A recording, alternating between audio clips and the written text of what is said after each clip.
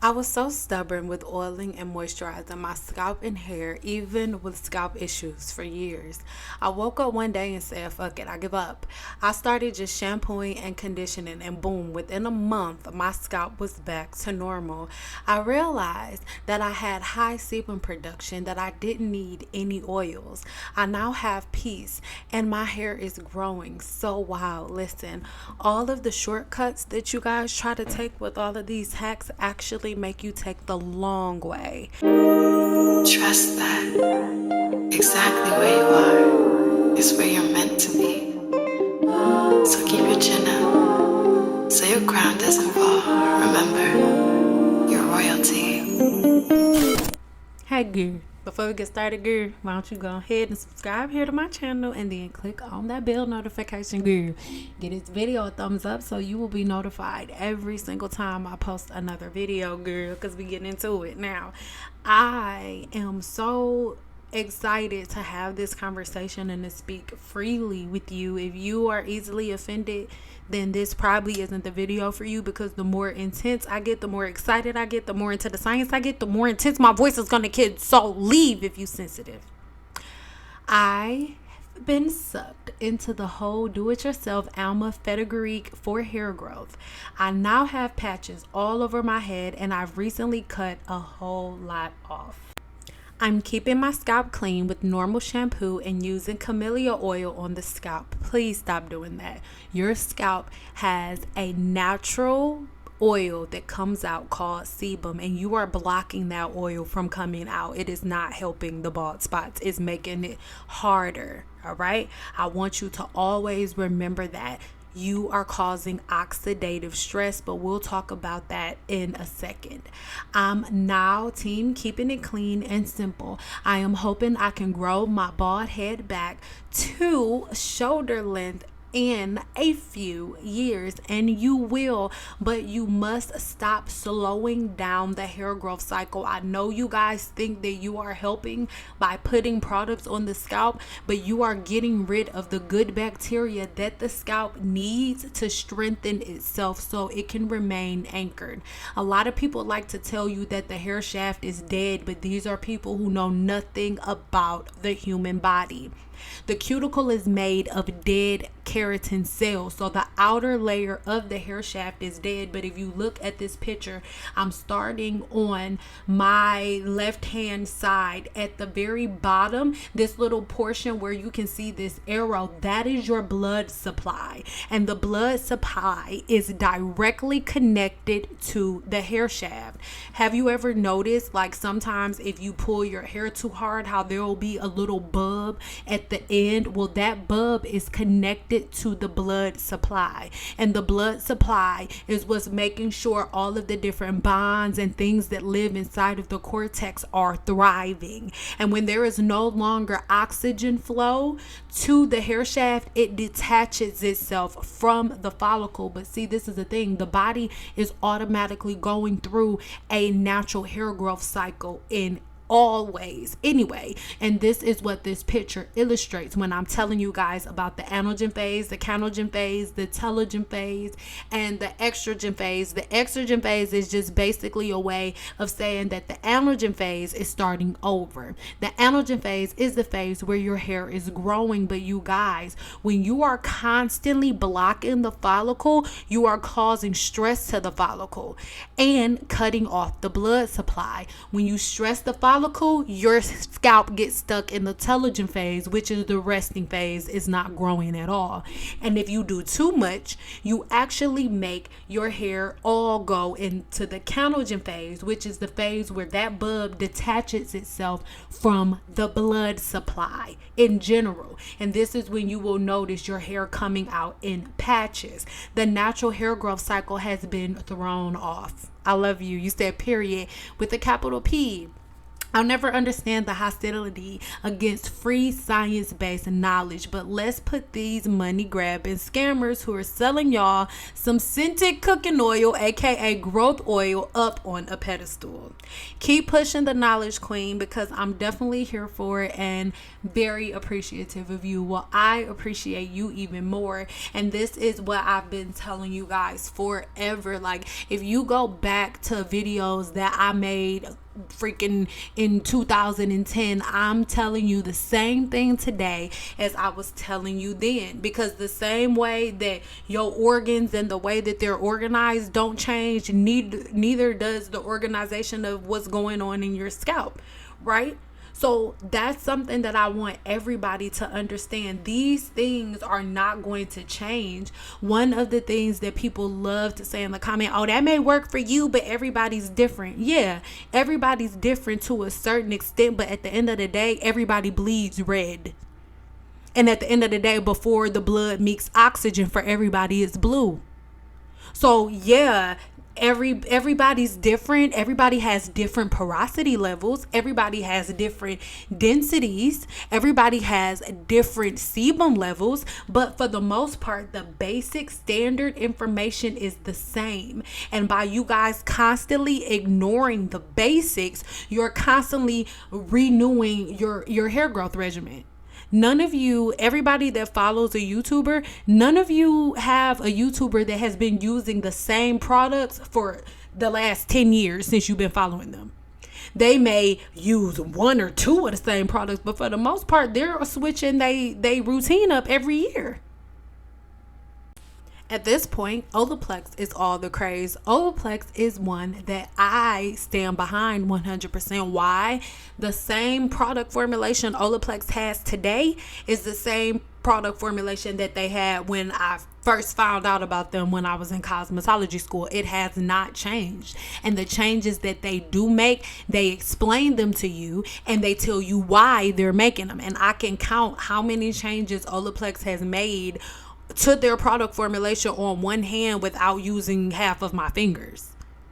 All right. And another thing that you guys are confused about, again, now that everybody's on the Olaplex boat, people don't even know if whether or not Olaplex is a protein or a molecule. There's arguments about that. Now, before nobody knew anything about bonds, now everybody has went from not caring anything about the bonds or their hair. I remember the African god or whatever the hell his name is. I was his favorite topic. Oh, Cyn Doll and her fake science with the bonds, right? So that was what was going on then. But now today, everybody's into Olaplex. Everybody's into bond reconstruction. But now the new thing is to pin the bond reconstructors against each other. Which bond reconstructor is better than this bond reconstructor? No, don't do that. Products are tools. What you guys need to be focused on is learning your own hair science. And once you know your own hair science, then you go pick products based on your porosity, your density, your sebum level. Okay, your skin cell turnover. Most people listening to the sound of my voice can't answer any of those questions. And if you cannot answer what your sebum level is, what your density is, when your skin cell turnover date is, you should not be shopping for products. Learn your science. When you learn your science, you can then learn the tools that you need, right? Olaplex is not sent from the heavens to fix every hair problem that anyone has ever had. The majority of women that are using Olaplex right now and saying that they don't like it are the same women who have not been taking care of their hair for years, and then they get Olaplex and expect Olaplex to fix every problem that has been caused by you co-washing and putting booty sprinkle nipple juice in your hair and rice water and apple cider vinegar and aloe and all of these different things that they're teaching you guys to do. They give you instant gratification. Apple cider vinegar, they taught y'all to put apple cider vinegar in your hair, but they did not tell you the damage that it will cause to the cuticle years down the line. It didn't tell you about all of the microscopic rips and tears that you would get in the hair shaft. You have no idea.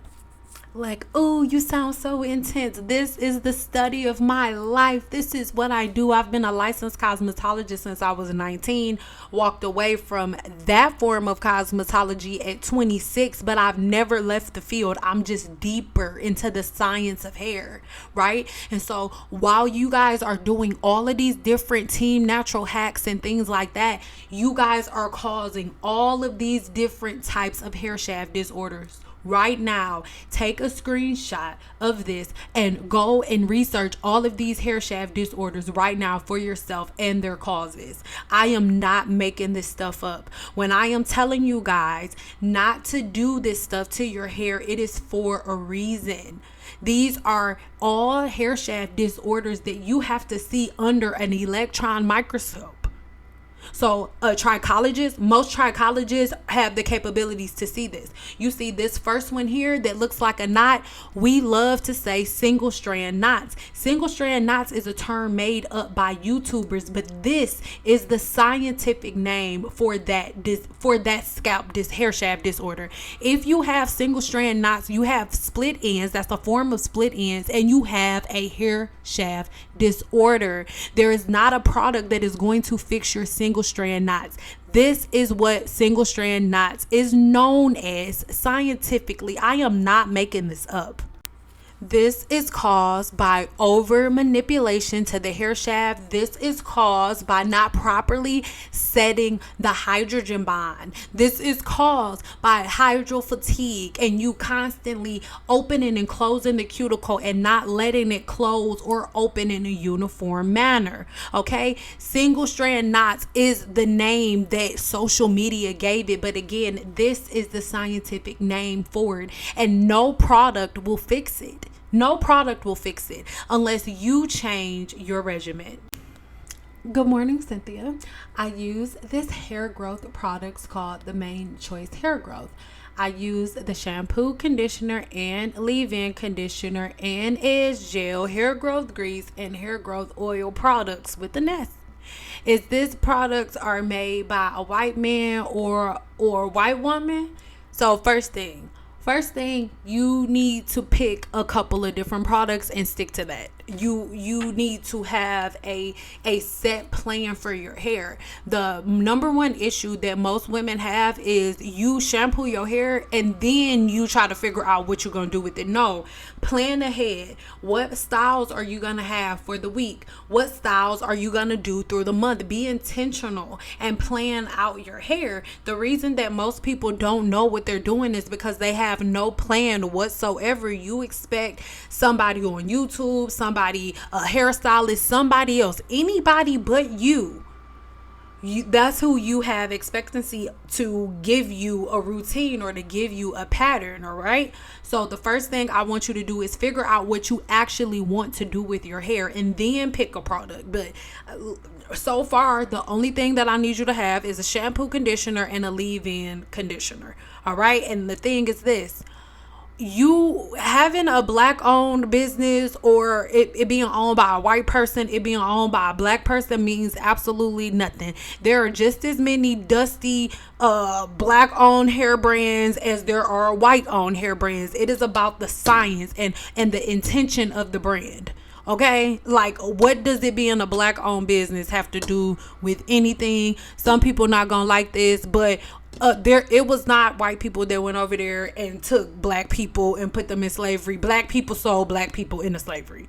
Okay, just because it's a black owned brand does not mean that it's gonna be everything, and just because it's a white owned brand doesn't mean that it's bad. Olaplex is one of my favorite brands, and they are not owned by black people. And yes, I am an associate of Olaplex today, but I have been using Olaplex since they even knew who I was. Like, I'm still a groupie. Every time they send me an email, I'm like, oh my God, Olaplex. But stop looking based on, oh, is this a black owned business? Is this a Caucasian business? Who cares? What I need you to do is learn your hair science. And when you learn your hair science, you looking at the product formulation, what the brand is promising for your hair, and to see if whether or not it's going to be what your hair needs. The reason that you're stuck in that is because you're focused on the wrong things. Nobody cares if whether or not it is a black owned business or a white owned business. Okay, like, come on. If so, I need all black hair growth products. I don't even grease or oil my scalp at all. I just put it on my hair and I massage it in my head. I tried my best to take care of my hair myself, and I am still trying to do the best I can with my hair. Can you please tell me how to take care of my hair? What do I need to do in order to care for my hair? How often should I wash my hair? Do I need to comb or brush my hair? And do they have to be soft? Do I need a wide toothpick comb or not? Please help me out with this. Okay, thanks, bye for now, and peace out to you.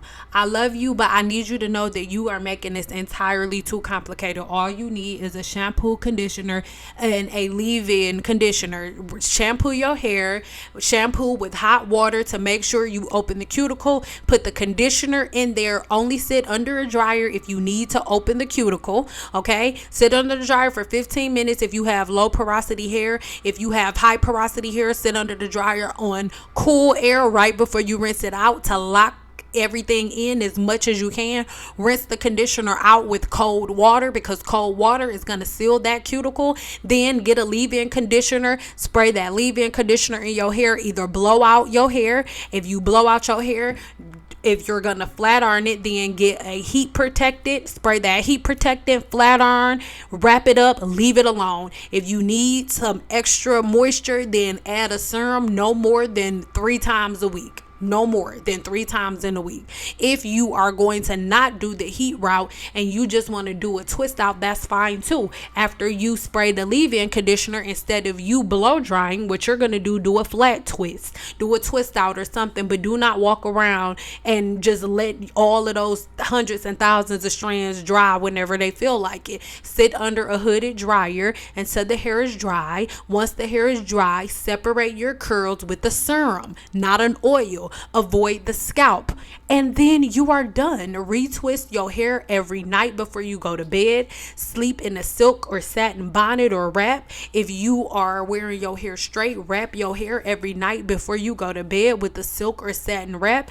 Unwrap it in the morning, and then shampoo your hair at least once every 2 weeks, once a week. Whenever you start to feel burning or itching in the scalp, that is your follicles' way of letting you know that there's too much bacteria on the scalp. When there's too much bacteria on the scalp, your body will tell you. Burning and itching in the scalp all of a sudden is your body sending you a signal saying there's too much bacteria on me, get it off. Don't ignore it. You going and getting an oil or a butter is just adding more fuel to the fire.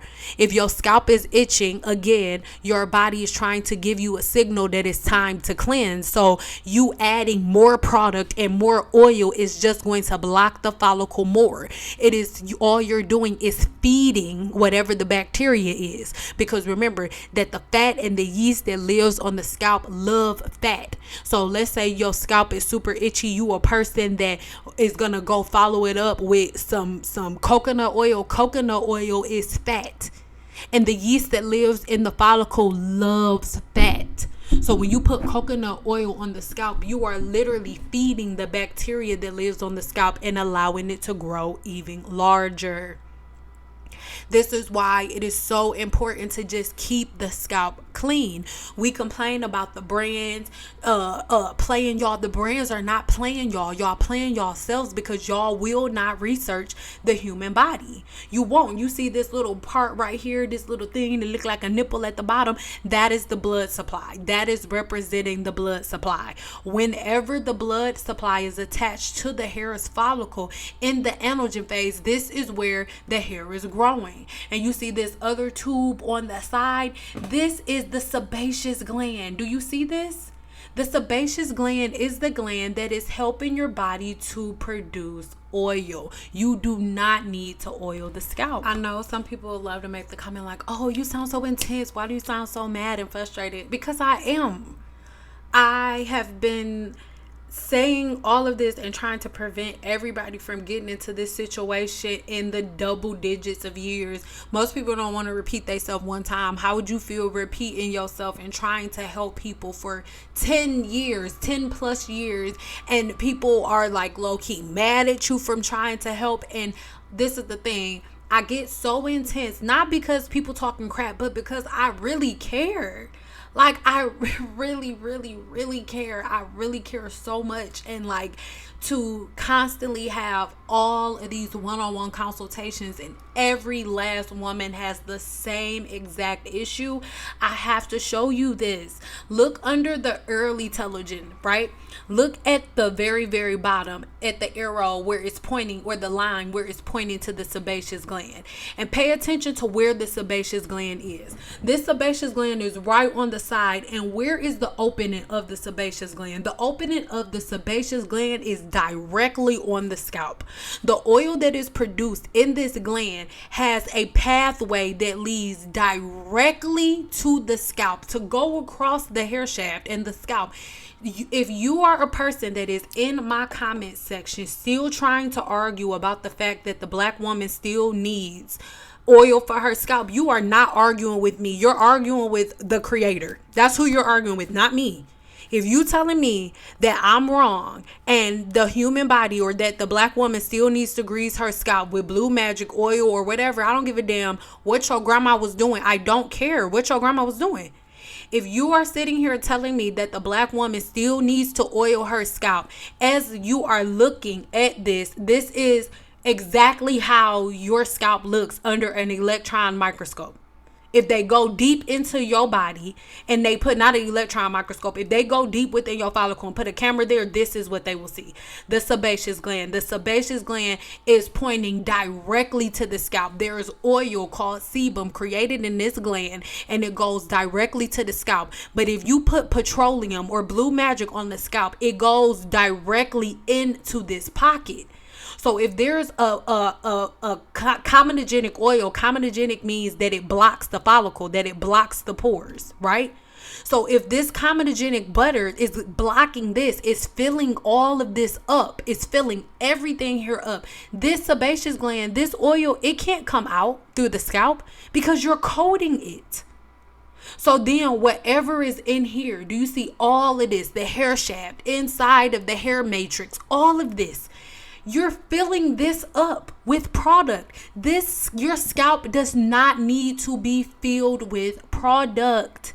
You need to put those nutrients inside of the body, because everything is going off in the blood supply. It is your blood supply that is looking at it. Look at your hair in the canogen phase. It's detaching itself from the blood supply, and then it reattaches in early telogen. And then it leaves out that hair that has detached. It leaves out throughout the early telogen, aka estrogen phase. That's how it goes. Why are we still arguing about if whether or not black women have oil on their scalp? Why are we still arguing about if whether or not you should grease your scalp? Humor me. Stop greasing your scalp. Stop putting oil on your scalp in any way, shape, or form, and let's see what's going to happen. Because when you're blocking the scalp, what you are doing is making your cells on your scalp attack themselves on the scalp, and then you get oxidative stress because you have the normal cell here, right? That's how things are normally looking on the scalp. But whenever you have free radicals, and when we're talking about cells, I'm talking about the cells that live in the follicle. That's what we're talking about. The cells that live within the hair follicle. So within the hair follicle and on the scalp, you have good and bad bacteria. But by you constantly blocking the scalp with oil that doesn't allow anything to escape, right? And by you not washing the hair, you are blocking all of the bacteria and the free radicals. You're blocking all of that in, and you're feeding it with additional oil and protein, like coconut oil. So the normal cells gets attacked by free radicals, and these free radicals end up eating the cells in the hair shaft alive.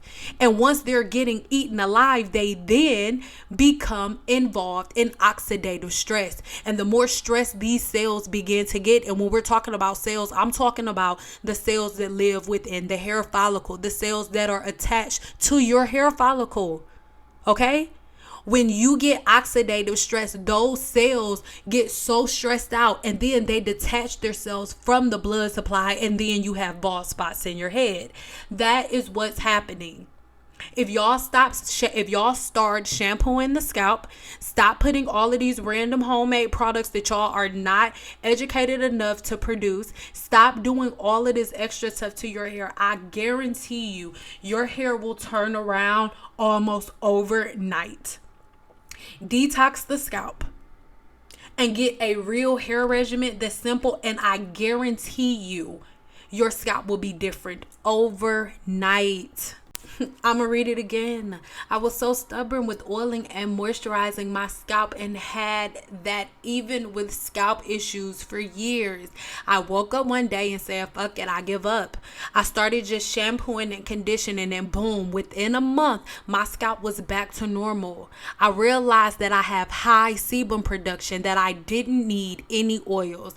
I now have peace, and my hair is growing so wild. I am not trying to make anything up. I'm not trying to be your Beethoven of the block or nothing like that. I want you to know that all of the problems that you have, all of the burning, the tingling, the itching, all of the balding, the shedding, seborrheic dermatitis, scalp psoriasis, all of that can all be stopped if y'all stop greasing y'all scalp. Just stop. Stop it. Just hear me out. Just try it, because the thing is, the stuff that you're doing now isn't working. It's not working. So all that could happen if mine doesn't work is for you to constantly be in the same spot that you in now. But I'll tell you one thing, you trying my method will not put you into anything but remission, and the proof is in the pudding. Make sure you guys check out my 7-day challenge. Link is in the description box below. And I can promise you, if you have been feeling like this, give me 7 days within my 7-day challenge, which is only $35 one time.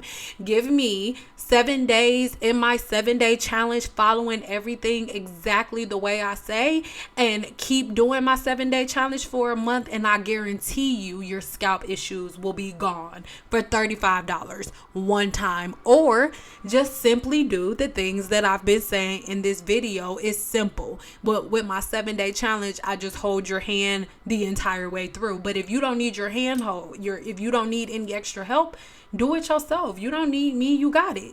Let's go. Well, you may need me a little bit. 7-day challenge, link in the description box below. Trust that exactly where you are is where you're meant to be. So keep your chin up so your crown doesn't fall. Remember, you're royalty.